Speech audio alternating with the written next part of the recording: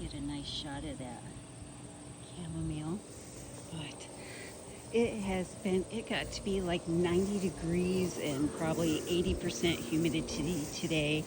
And I have one hive that has been bearding something crazy, and I was just driving by and I seen it, so I wanted to get a video of that.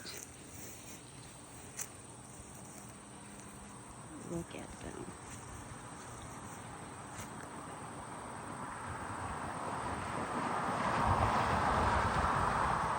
And mid to late August, that bearding, especially when it's warm and it's humid, is very common, very natural. The bees do that just to stay cool. They're not planning on swarming or doing anything. It would take something dramatic to have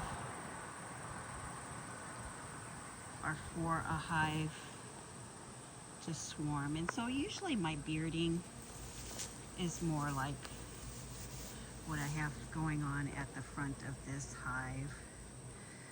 Pretty much all summer, that hive has been hanging out at the top of the box. That is the hive that I did a split on. That hive there is my swarm hive, but this hive has just been crazy.